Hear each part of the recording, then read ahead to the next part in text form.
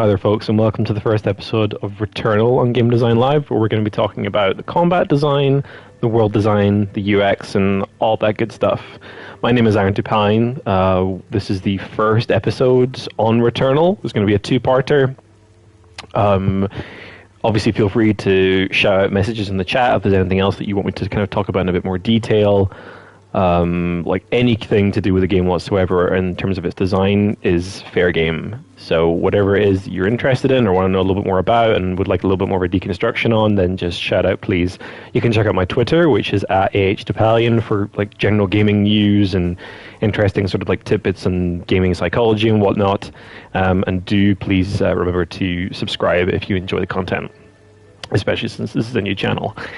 Cool, so we're just going to get started. I've been playing Returnal now for a couple of months, so with any luck I'm not going to be dying over and over again, but no promises. For those of you who aren't familiar with Returnal, it's an exclusive for the PlayStation 5. I'm sure everyone is by now, but just in case you're not. Exclusive for the PlayStation 5. It's a third-person shooter action game, roguelike. Or roguelite, depending on what kind of terminology you use. So a roguelike would be something where there's no progression in between game sessions. Like, you know, whenever you die, that's it. You start completely blank. So you're talking like Spelunky level of difficulty, which is just insane. And then you have your roguelites, which is a sort of distinction by Mark Brown in one of his Game Maker's Toolkit videos, which is really cool. But roguelites are basically the exact same as roguelikes, but there's progression between your sessions. So you're advancing a little bit in some way each time you play. So yeah, obviously very sci-fi. We're just going to get stuck in and get playing. I don't have any ether, so that's fine. So yeah, first thing to call out as well, there will be a couple of spoilers probably throughout the game. Like, I have been playing it for a few months, so I apologize in advance. I'll do my best not to spoil anything, but we'll see how we go. And the first thing I want to call out as well is just the world design in general. So for anyone who has played Returnal, you probably know a little bit about the backstory and the backstory of the game world, which is that it belongs to these sort of larger than human entities, right? These sort of like considerably tall creatures. We're in their world. And as a result of that, the entire world itself is bigger. Like, everything is much bigger in scale. Doors are big, walls are high, trees are huge, structures are massive. Which does a couple of things, right? Namely, it lets the developers get away narratively with making the environment this big. So the player has got tons of space to roam around, run around, and, you know, do all the cool things they want to do, dodging and, you know, like more flowy combat in an environment that's large because it makes sense as part of that game world, which is really cool. Like, in terms of game design, that's a really nice touch. You don't have to do it, but it just adds a little bit of an extra thing. I'm going to die a lot, aren't I? I can already tell while I'm trying to talk through things. So yeah, we've got a little enemy dude here, and there's a lot of stuff going on in Returnal as well, especially when it comes to UX. Ow. You've got like these sort of standard things when you take damage. So you've got the little chunk in your health bar of red that appears just to indicate quickly how much damage you took at a glance. You've also got the red edge screen glow. All nice little bits of UX feedback to let the player know, hey, you got hit, you took damage. And this enemy here is one of the sort of weaker versions of foe out there. So as you can see, it's pretty useless at hitting me. Like, it's really not got much of a chance. And from an enemy standpoint, especially early on in a session, that's exactly the kind of thing you want, right? You don't want an enemy that just brings the hurt straight away. You want to give the player a little bit of a chance to get their teeth in. And the exact same way that the player has that sort of UX feedback for their health bar, enemies have the exact same thing also. You'll also notice the enemies have like a little other extra bar below their health bar. That thing that just fills up white real quick. I'm going to do it again. There it is, just there. You see it just popping up. And this is Returnal's own stagger system, which is a little bit different from other stagger systems you've seen in Final Fantasy VII, in the sense that it just does things slightly differently in terms of UX, but the outcome is the same. Oh wow, I'm really getting punished here. let's just take care of these guys. But yeah, for the bar fills up totally, it goes like blinky orange, and they sort of float about. They're a little bit dazed. It's kind of like the I'm ready for glory kills state in Doom. Except there is no glory kill, but it'd be so cool if there was. Okay, let's get rid of these guys.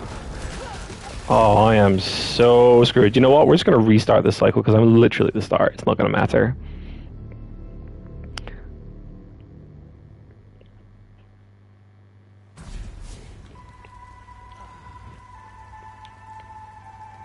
Alright, let's try that again.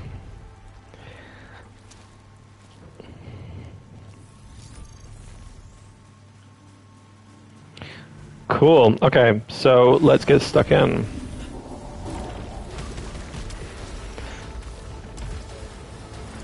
Like, Returnal is done by the same guys who did, oh, I know what the name of the game is as well. How could I have forgotten? Resogun, that's what it is.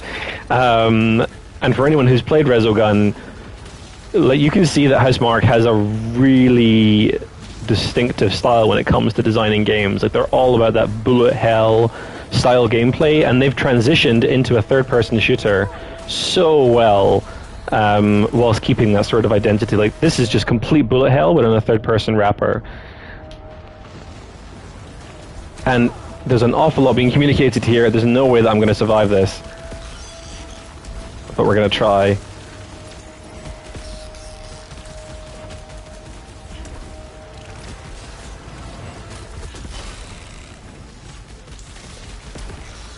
One interesting thing that's worth calling out as well about Returnal, in terms of its combat and encounter design, which is probably worth calling out, it's a subject brought up by Liz England in one of our older articles, is something called the door problem, which Returnal does kind of suffer from a little bit, which is probably a good thing considering just how difficult it is. But yeah, the door problem relates to this thing that players do where if they're feeling under threat, they will retreat rather than push forward, like in games like Doom, for example, because enemies are coming towards you, so the natural reaction is to back up.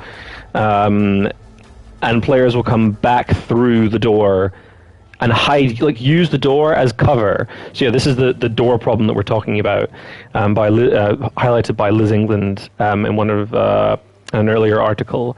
So the idea is that if a player is feeling under threat or sort of being pushed, they'll use the door as cover. So basically I can dip in, take a little shot, and then come back again, which, you know, from a gameplay standpoint is fine, but it does create a very consistent optimal solution. So gameplay can kind of devolve into doing this and only this, because it's a surefire way of not dying. I'm so close to dying despite using the door, but it's okay. We're gonna just take care of these things.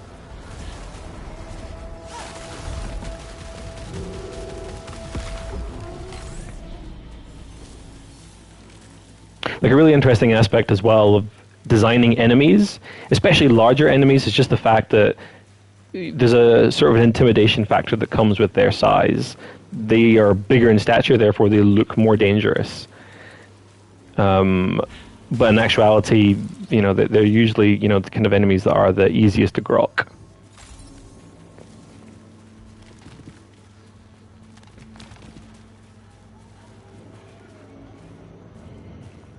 So like in any roguelike or roguelite, it's all about sort of these moment-to-moment decisions, like trying to decide, you know, is so-and-so worth it? Is it worth taking that risk? And this is one of the examples of that in Returnal, which are these malignant containers. And malignancy is like a concept in Returnal that's just kind of everywhere. And the option is either you can choose to pick up the malignant thing, and you get different levels of probability in terms of malfunction. So there's a very high chance that if I open this chest, I will receive what's called a malfunction, which is kind of like a curse.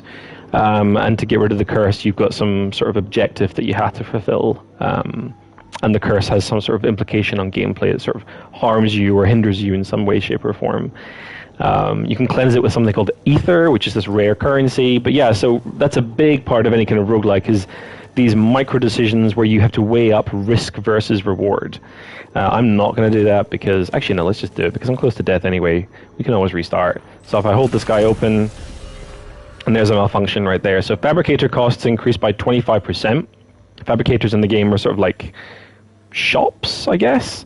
And to get rid of it, I have to use 2 consumables. So that's the idea in terms of how it works. But we have got access to the Dreadbound, whatever that does. I forget. I don't think it was very good before. The weapon design in Returnal is really interesting as well. Like when you start off playing Returnal, you get access to a relatively small pool of weapons, and that sort of expands as you progress further into the game. But what's really I found really interesting is the fact that while there is a wide variety of weapons, a lot of them are actually not that helpful. Like a lot of the weapons aren't really conducive to the style of play that Returnal offers. It's very fast and frenetic, and enemies tend to be quite fluid. Getting up close and personal is usually a surefire way to die early on, just like I'm doing now. So a lot of the time, the rapid fire, longer range weapons are the optimal finds. So there's a number of weapons that really just never get picked. At least I found I never picked them, which is a bit of a shame because there's an awful lot of really cool ideas in there. I just don't tend to touch them. So this is a fabricator here. As you play, you kill enemies, and they drop what are called obolites. Obolites are basically the sort of soft currency, what you call the soft currency of the game. It's just a generic currency that you pick up quite frequently as you play. But what's really interesting about obolites is the fact that when they're dropped, they disintegrate after X amount of time. And it's quite a quick amount of time. It's like 5 seconds or something like that, or if even that. Which means that you're sort of encouraged to run into the combat rather than just hide on the outskirts, which is a really interesting and very purposeful decision. Not to say that I ever do that, because I'm just far too scared. What's this? Okay, cool. Let's just take that. Yeah, so alt-fire cooldowns. Alt-fires are a mechanic that Returnal supports where you basically, when you aim your gun, and there's a couple of different ways you can fire your weapon. You can just pull the trigger and fire from the hip, which is fine. You can zoom in a little bit, which I'm... Yeah, okay, so yeah, when you do that, you sort of slow down a little bit. You move slower, but you've got a little bit more accuracy. Like a little bit more accuracy, to the point that I'm not even sure it's worth it. Or you can press the alt-fire button and head into your alt-fire mode. And alt-fire is sort of like a... well, it's exactly what it is. It's an alternate fire mechanism. And weapons come with different types of alt-fire. The weapon design in terms of like how they encourage and ensure variety in their weapons is something we're definitely going to talk about because they do that super well. Yeah, the alt-fire is sort of like a different way to manage certain situations. So the icon is different in the bottom left corner depending on what it is. So this one, for example, does this, which shoots this little sort of mine thing that's sitting on the floor. And then you can see in the bottom left corner the icon sort of refills, and then you're good to go again. Did I take this thing? Yeah, so we're going to take this. So yeah, obviously there's a cooldown for the alt fires. Ammo is also something we're talking about in Returnal. A lot of shooter games support ammo as a concept. Like, you know, you can fire your gun so many times until eventually you run out of bullets. Go find more bullets. Returnal just does away with that entirely as a concept. Like, why waste time making the player go looking for bullets? Because firing your gun is the most damn cool thing in the game, right? So there is no concept of ammo, but instead what they do, you'll see the ammo there in the bottom of my reticle, and it fills back up again. So just by taking a pause, the ammo fills back up. But they even go deeper than that. Oh, well, that was bound to happen eventually. That's twice now. Let's see if we end up in double digits for deaths. I'm going to let this play out because it's so cool every single time. I'm not going to talk about it just in case you haven't played. Yeah, so we're going to come back to ammo because it's definitely something we're talking about. And another really cool, interesting part of Returnal's design. So yeah, why make the player go looking for ammo? Like I say, you've got this thing in the bottom, but what they do is they double down. So when you are eventually low on ammo, you get this little mechanic. I'm going to do that again. This little guy right here. So anyone who's played Gears of War will know what this mechanic is. It's like an active reload system. So if I pull the button at just the right time, this little bar right here, bam, and I get a little damage boost. And again, that's signified with a nice clear little bit of iconography and UX, with a little pluses showing. And that tells me I've got damage boosted bullets. And also it looked like I had extra ammunition, which I hadn't noticed till now, which is kind of cool. Anyway. So yeah, active reloads are cool. Returnal supports them, as well as not bothering about ammunition. Right, we're trying to survive a little bit longer so we can get a bit deeper into the game and look at some other stuff.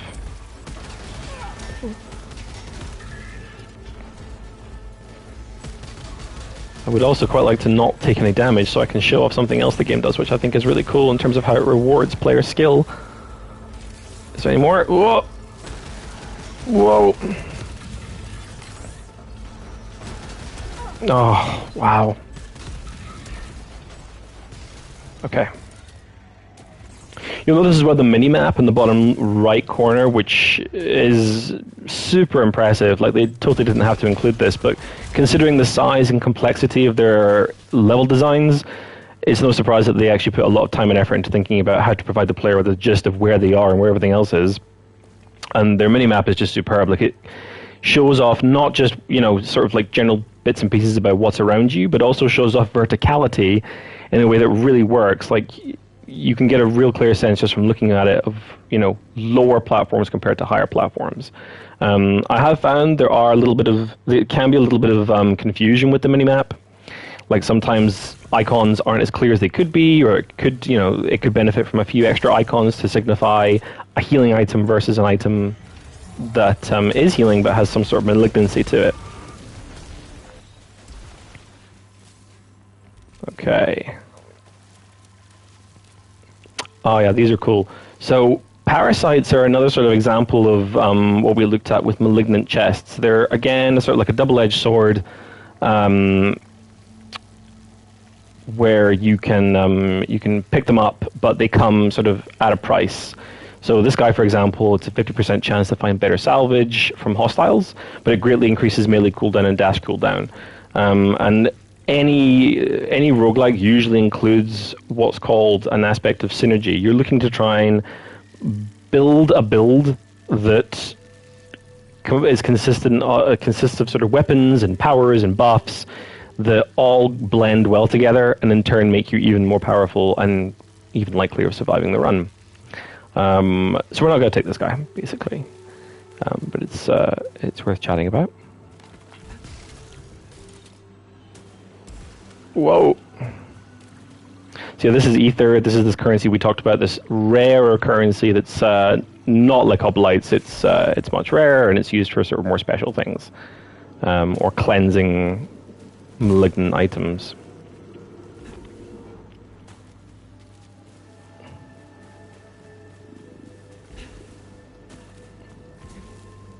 Like, even the jump in Returnal is so well done in terms of its contextualization. Like, you've got this little booster pack on your back, which rationalizes why you can jump the way you jump. Like, they've not just said, oh, you know, there's no kind of like expectation on the player to, like, if they hadn't included this little booster pack, you could have easily just, you know, said as a development team, oh, it's fine, players will get it. They're on an alien planet, the gravity's different, no one's going to question it. No one questions it in Mario.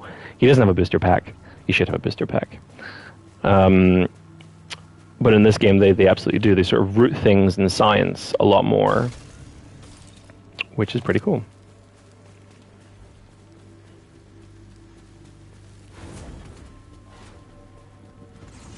Did we miss any health back there? It doesn't matter. We'll find more health.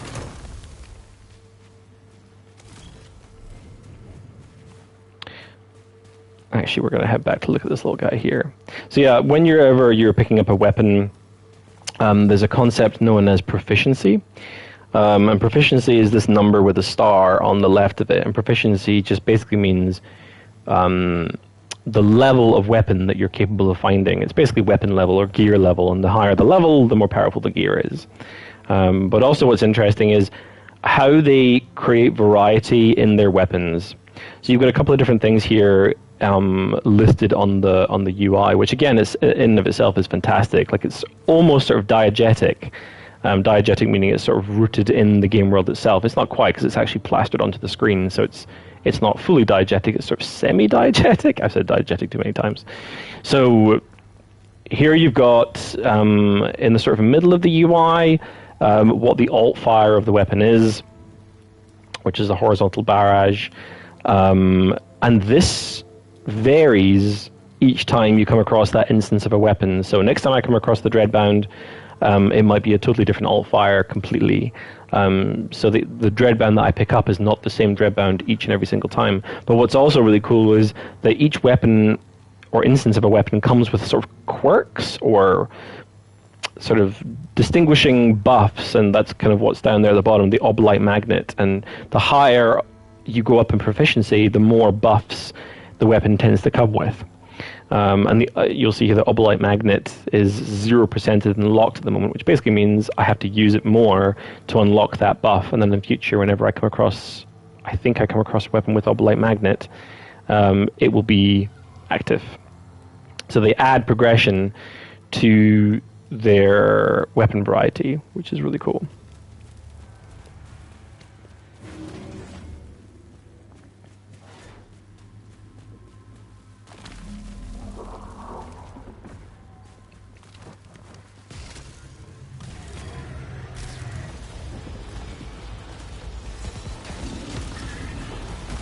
Oh, wow.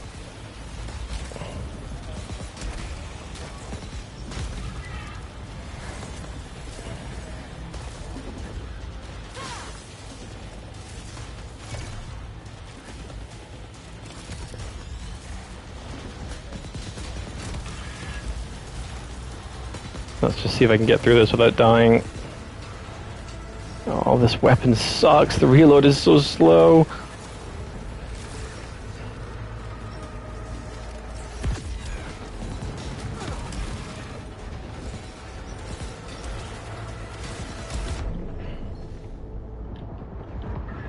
Okay. We've got like one more hit in us.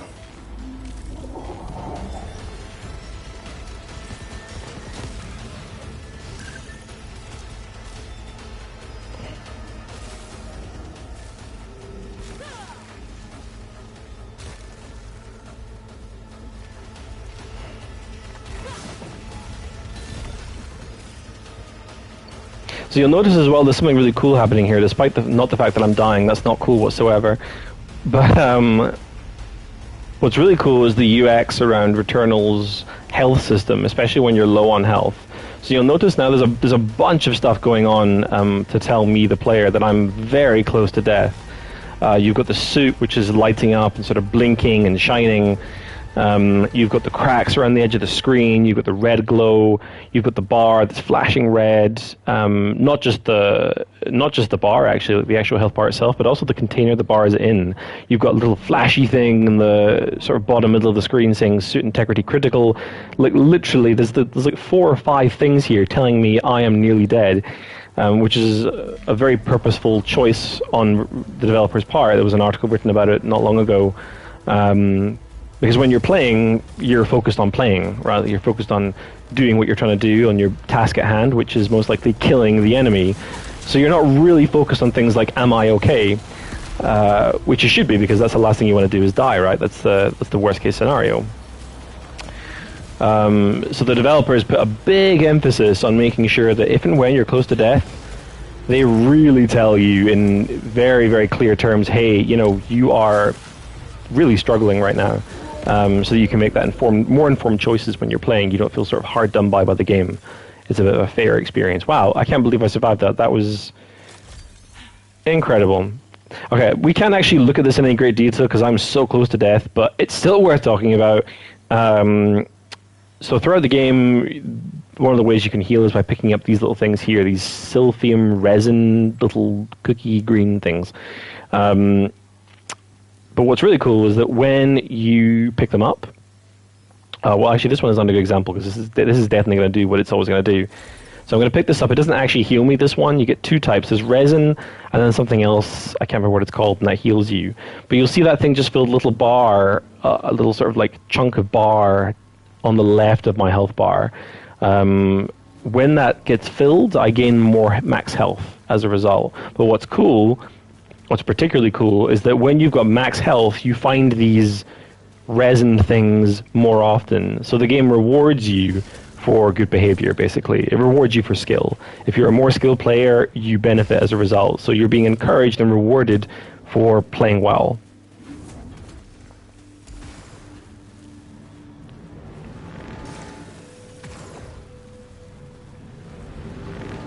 Oh boy. This thing's gonna do something. Whoa! Okay. That came out way faster than I was expecting.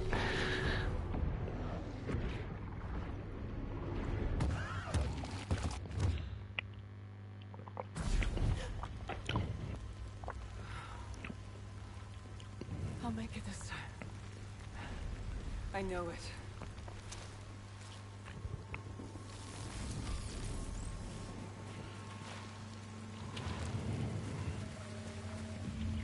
So yeah, we talked at the start about roguelites versus roguelikes. And this thing, I can't pronounce that, Chthonios? This is kind of where that ties in a little bit. There's other forms of permanent progression in Returnal, like the weapon perks that we talked about.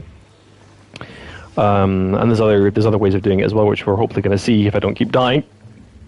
But this in particular is quite a cool part. So as you collect ether, you can choose whether or not to store it up and use it during your run to cleanse chests and to cleanse items and to avoid malignancy. Or you can drop a whole chunk of it into this and unlock a new item, basically. So right now we have 17 ether. We're just going to do that right now. And a new item is going to drop. And this is an example of more permanent progression where you can come across these kind of items during a game session. Like, it's not just through this. You can find undiscovered items as you play, and by scanning them, you sort of add them as a possible find during a run. So you're sort of increasing your item pool almost. And this thing in particular is getting hit causes the suit to emit projectiles. So these things are called artifacts. And artifacts, we'll have a look in here. The UI, this is so cool. At some point we're going to talk about it. So if we check out somewhere, is this what I'm looking at? Nope. There we are. Yeah, so items, artifacts. So any artifacts that you find, you can have up to, I think it's 15. Yeah, 15 in a run. And they're basically just, they're not double-edged swords, they're just swords. Like, they're just good things that give you buffs for the duration of that run. And like with any roguelite, if you die, you lose them all, you go right back to a clean slate, and you start all over again.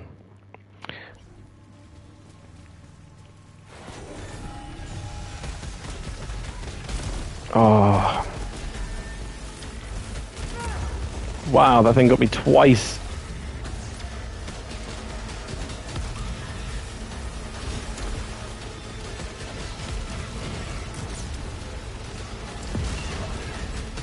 I don't know what happened there, but it's okay. Ow, ow, ow.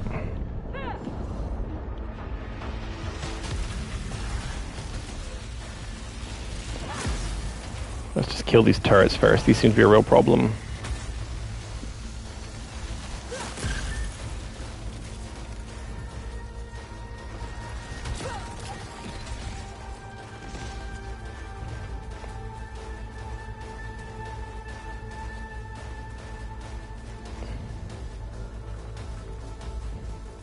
Whoops.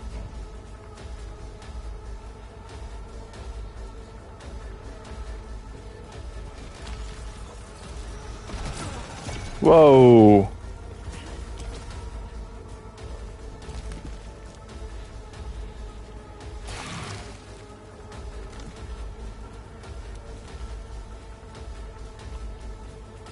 Remember, guys, if there's anything that you'd like me to talk about in a bit more detail, then please do shout out in the chat. Let me know if there's anything you'd like me to talk about in a bit more detail with regard to the game's design.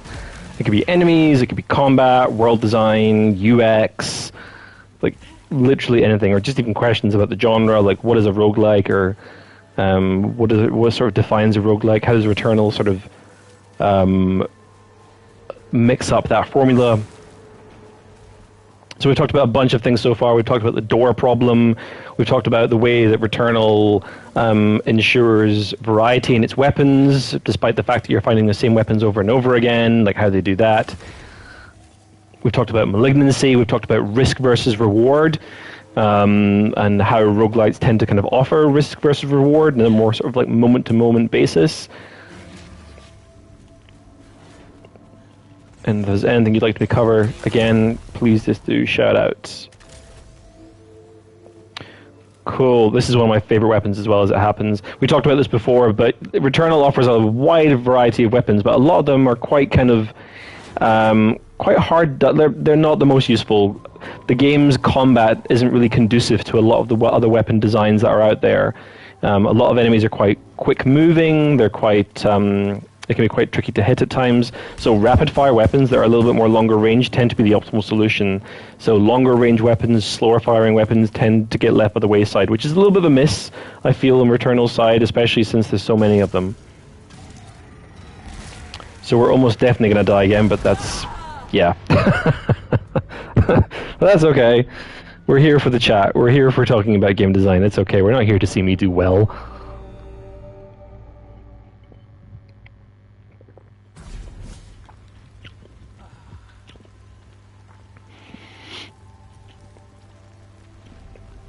Do remember as well that if you're liking the content, then please do subscribe. There'll be the second episode of Returnal next week. You can also check out my Twitter, which is at Arran Topalian, where I talk about a bunch of gaming stuff, like gaming-related news and articles and interesting tidbits. Like I try to stay really well informed for that kind of stuff because it's my job. So if you're interested in that kind of thing, please do follow.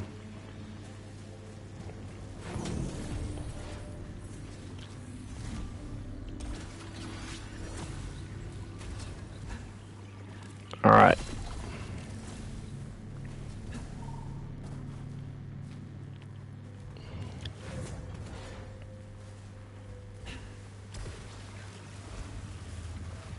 We're just going to pick all this up. Whoops, that wasn't good.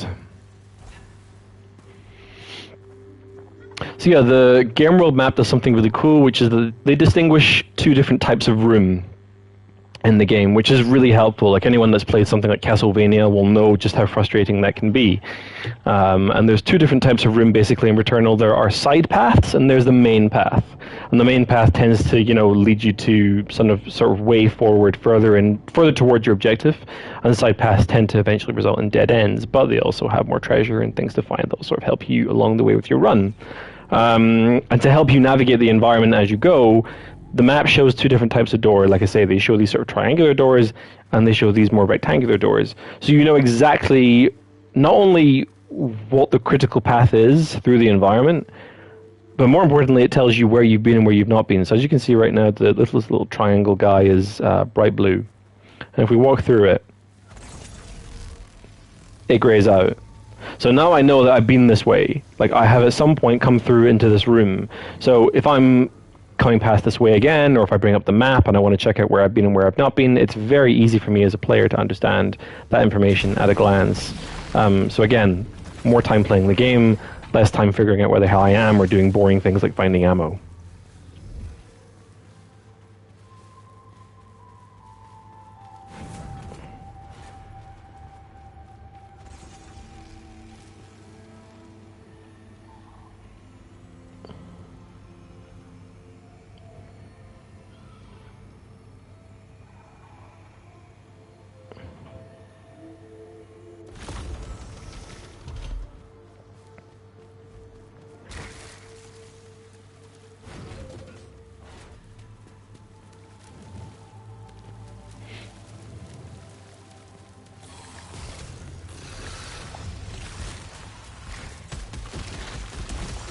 Something else we haven't touched on at all, which really begs to be talked about because it's a massive part of the experience really, is the adrenaline system in Returnal. I'm just going to go ahead and see if I can kill these things.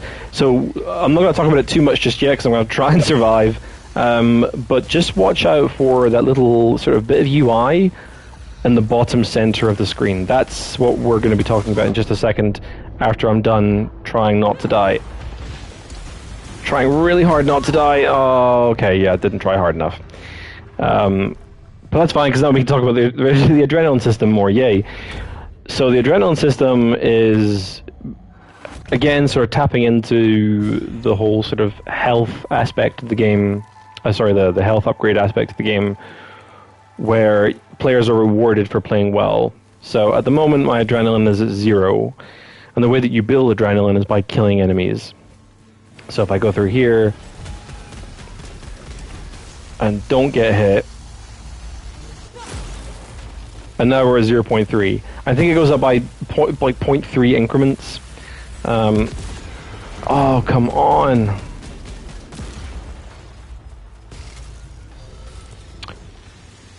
Whoa, whoa, whoa.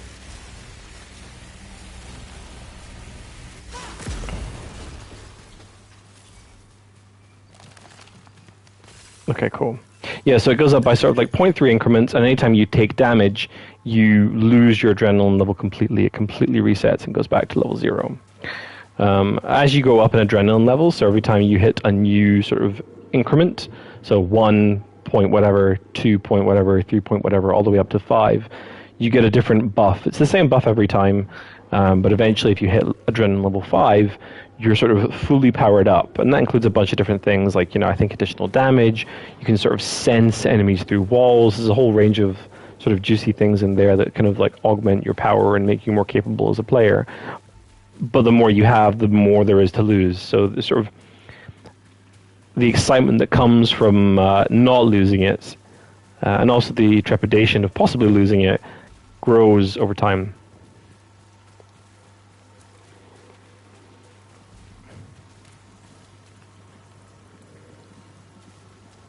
So this is what we were talking about before as well. So Returnal's minimap is fantastic. It does so many things right.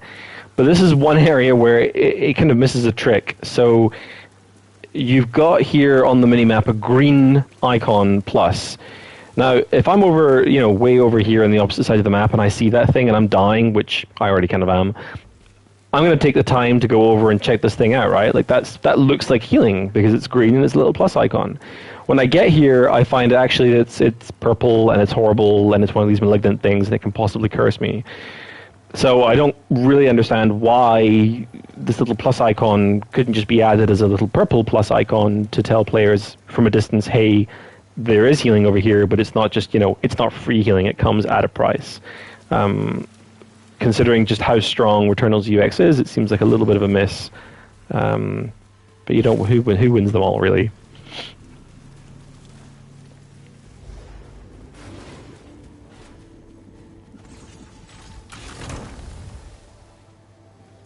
So this is another good example of a weapon that is pretty much useless. Like, it doesn't really offer any kind of advantages in combat. So what was it called?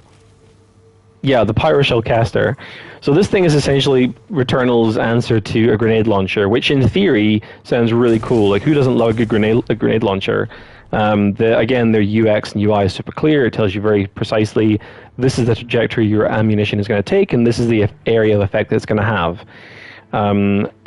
But again, because enemies move so quickly and fluidly in combat, they're almost never in this sort of area anyway when it goes off. It does explode very quickly, which I'm pretty confident is because enemies are so fast and they realized, okay, yeah, we're going to have to make this thing go off quicker to give it a chance of hurting enemies in practice.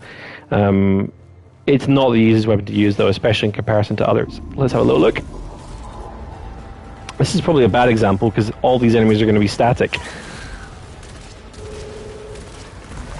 It doesn't even do that much damage, I think, compared to its rate of fire.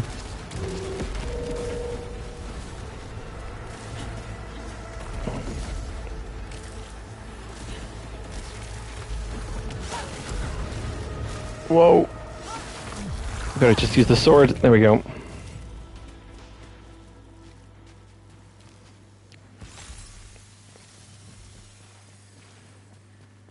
Very kind of like trademark particle effects as well throughout the entire game. It is really kind of like their hallmark when it comes to visual design. Like you saw there when I had a little bit of healing, this cascade of green just sort of like seeps up through you, which they have a real love for, which I'm very happy about because it looks awesome.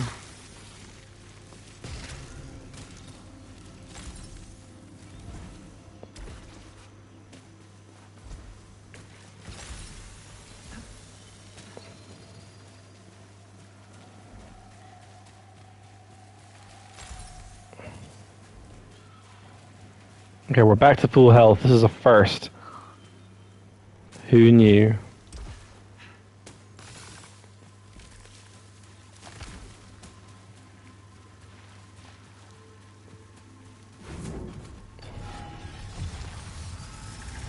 Oh boy. Ow. Didn't last long.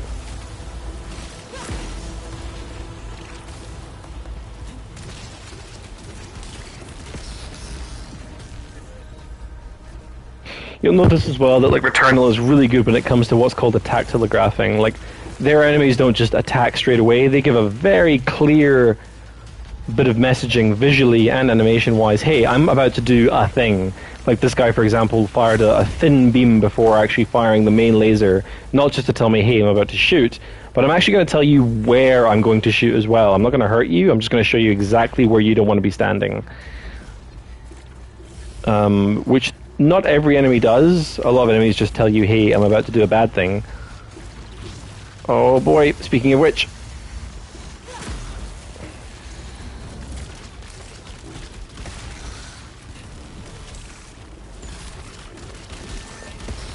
There we go, there we saw the active reload in real practice there, which actually felt really cool.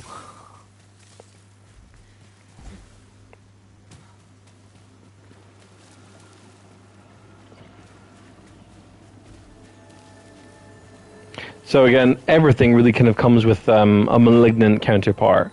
Like almost everything in the game has that, except for the weapons actually. Weapons don't tend to, or I've never seen suffer from malignancy. But even things like this, like, you know, you come across these things quite often. They're sort of chunks of soft currency you can pick up. But in this case, it's, again, infected with malignancy. I can choose to break it and get some currency, but there's a chance that I end up paying a price for it.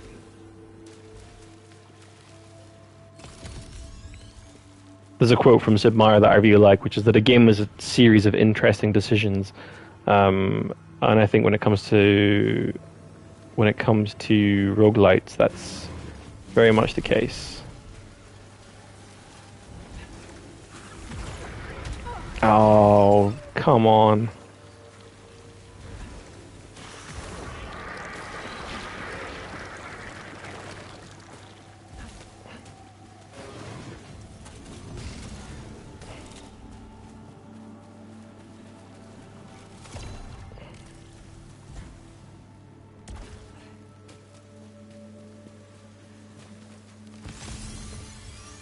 So there's the first instance of our suit integrity going up,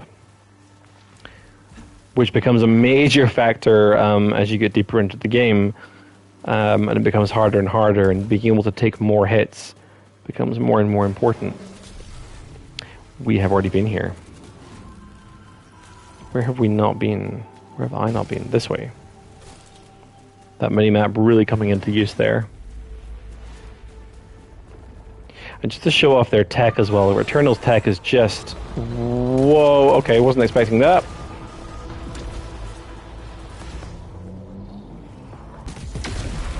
Easily one of my favorite all-fires.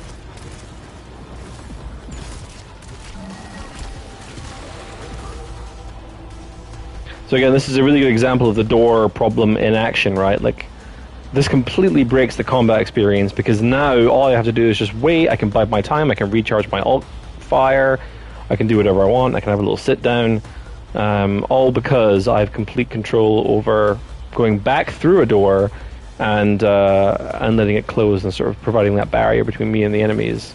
And not only that, but allowing me to sort of like dip in, get a couple of shots in, and then and slowly take my enemies down rather than actually, you know, be in combat.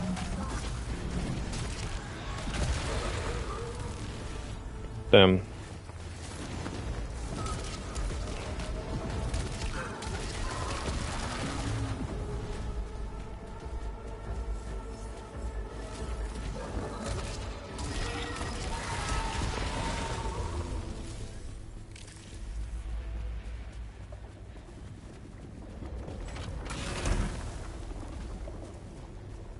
But yeah, some of the tech in Returnal is really cool. Like, this thing in particular is just, this is always fun.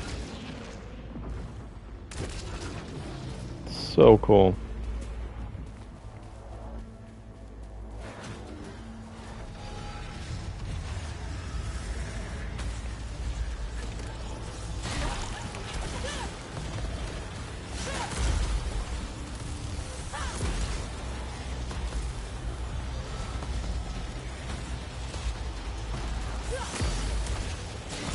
So you'll probably notice as well that I've started to go for these turrets more often, because this is something I've learned by repeatedly dying, is that really the best way to handle encounters is to take the turrets out first. And this is a major part of enemy design in any game, is assigning a sort of priority value to an enemy that a player has to figure out on their own. Like, which enemy, if and when it's combined with other enemies, should be taken out first and foremost compared to them. And the turrets seem to be the common option. Oh.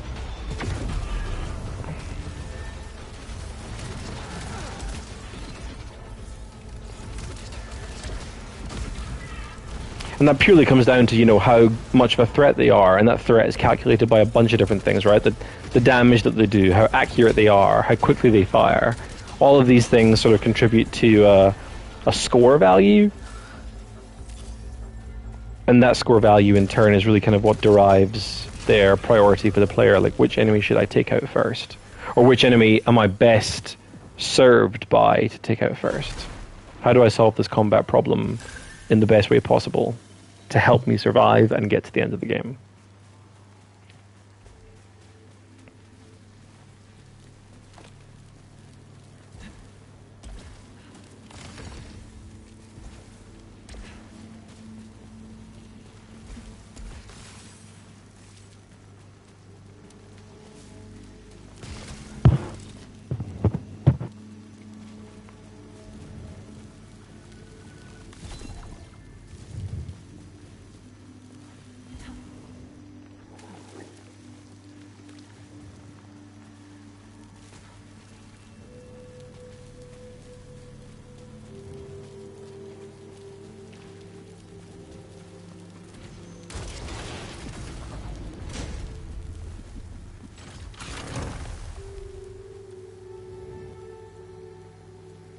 So this is an example of where a weapons progression comes into effect. So there's a couple of different things we've unlocked here, one of which I've not. And even this is a good example of an interesting decision to offer the player, where you've got to weigh up the pros and cons of the different weapon that you've got. It just so happens the weapon I've got is terrible, so this choice is not a difficult one to make. But if my weapon was a little bit better, then all of a sudden I've got a decision to make here in terms of, do I go for the weapon that has that thing unlocked and is an opportunity for me to unlock it, or do I stick, basically? But in this instance, we're absolutely going to swap, because this just looks way better.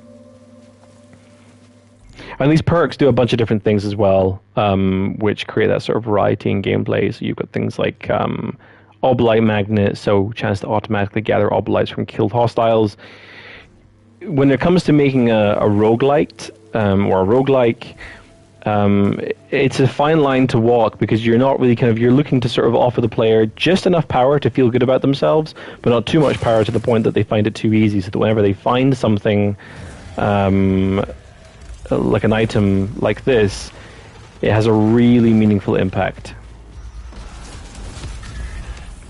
Oh, this is a fun weapon.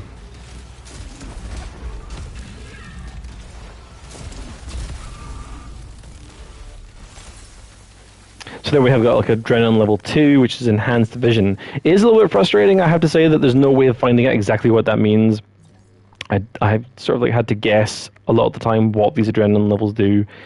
If anyone else happens to know, that would be great. But yeah, I don't think there's anywhere else in the menu that even tells you what these buffs from Adrenaline do, which is a bit frustrating.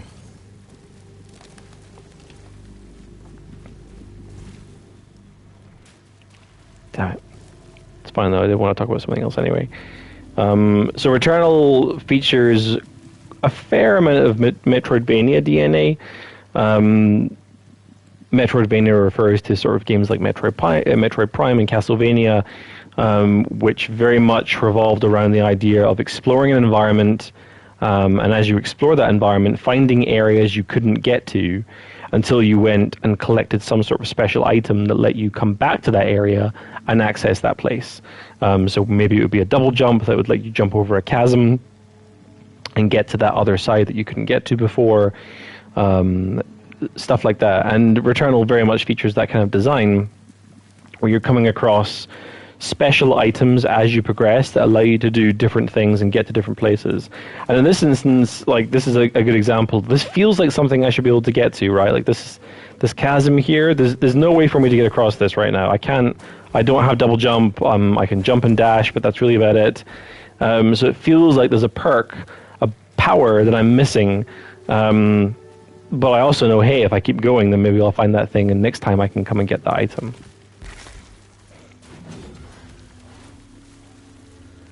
And what's also cool as well is that those items are not just like things you earn in the game, but if you look at the character, they're actually represented physically on your avatar. That you can see there on the arms and on the legs. They're these sorts of bits of tech. You don't start out like that. You pick these things up as you go. So your character, your avatar, sort of becomes a physical representation of your progress, which feels pretty cool, right? Like you're finding these bits and pieces, and it's something awesome. You want to see it frequently. You want to see it on your character, and that's exactly what they do. Always malignant stuff, every single time.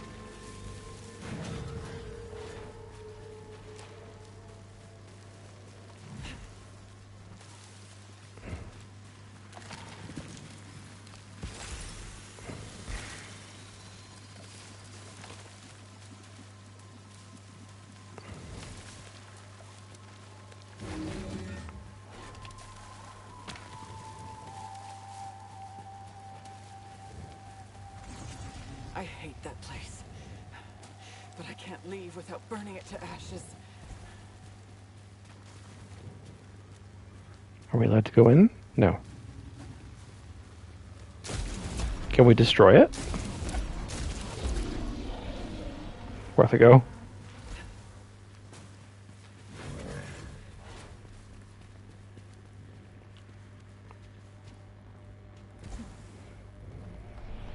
Oh, one of the coolest parts of the game is that superhero landing right there. Totally optional, didn't have to do it, but it feels great when you land from a high jump. Like, jumping in a lot of games is just inherently fun, and landing from a big jump just is sort of that flourish on the end. So yeah, as you collect oblites, which are these sort of soft currency little bits and pieces that you find as you're killing enemies, you come across these, which are basically shops. It's basically a shop. It's a sci-fi alien shop. And from here you can buy a bunch of different things that can sort of get added to your inventory bar, and they'll help you along the way. So it can be health potions, it can be things to increase your melee damage, and so forth. Or artifacts, which we talked about before. And in this instance, I'm going to be going for this guy. No, not that guy. None of the above. No sale.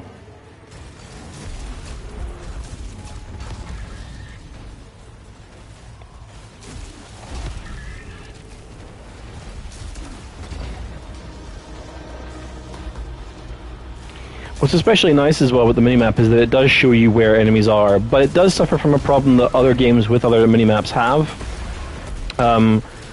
Which is, you know, what I tend to call, whoa, okay, so that's an instance of a door actually locking itself. I haven't seen that before. That's cool. So now the door problem is no longer a problem. There's no door problem. Oh, boy. Yeah, why they don't do that every time, I'm not sure. That seems like a really clean, elegant solution to getting around the door problem.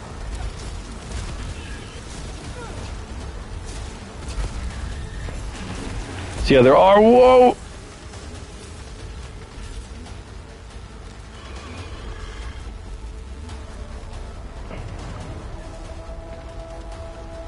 So yeah, as with any game that has a minimap, it has the minimap problem, or minimap syndrome, where what happens is, because it's so powerful, like information is power at the best of times, and then the minimap, you're seeing where every enemy is, and not only that, where they're looking, which basically means that half the time, I'm playing while looking at the minimap. I'm not looking at anything else other than that minimap, which basically means that I'm playing the game through this tiny little bit of real estate in the bottom right corner of my screen. I'm not looking at all the cool stuff. I'm not looking at the enemies. I'm not looking at the environment or my gun or anything that's really all that cool. I'm looking at 2D representation of the game world, because that's the best way to win, or the safest way to win. Whoa.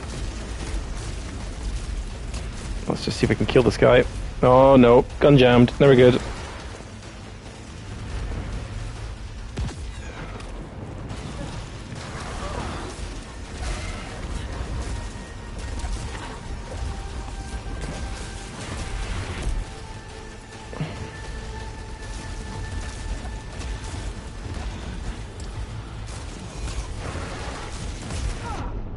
Oh, cheap move, dude.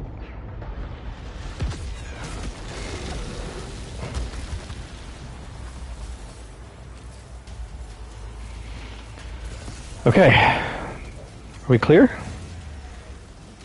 Almost. Oh, come on. Now we're clear. Yeah, so yeah, in other games like Grand Theft Auto, for example, you have the same issue, right, where you're using the sat-nav to find your way around environments, and all you end up doing is looking at that little mini-map in the corner of the screen, because that's the thing that's showing you the line where to go, which I think is a real shame for games in general.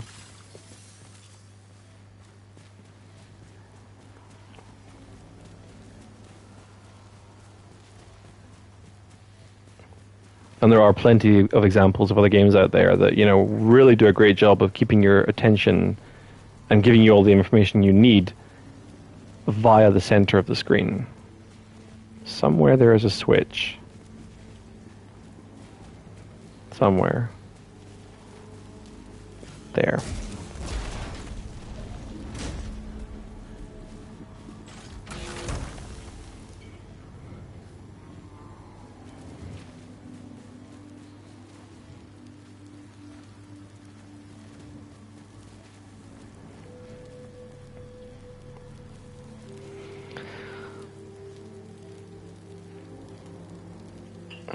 Oh.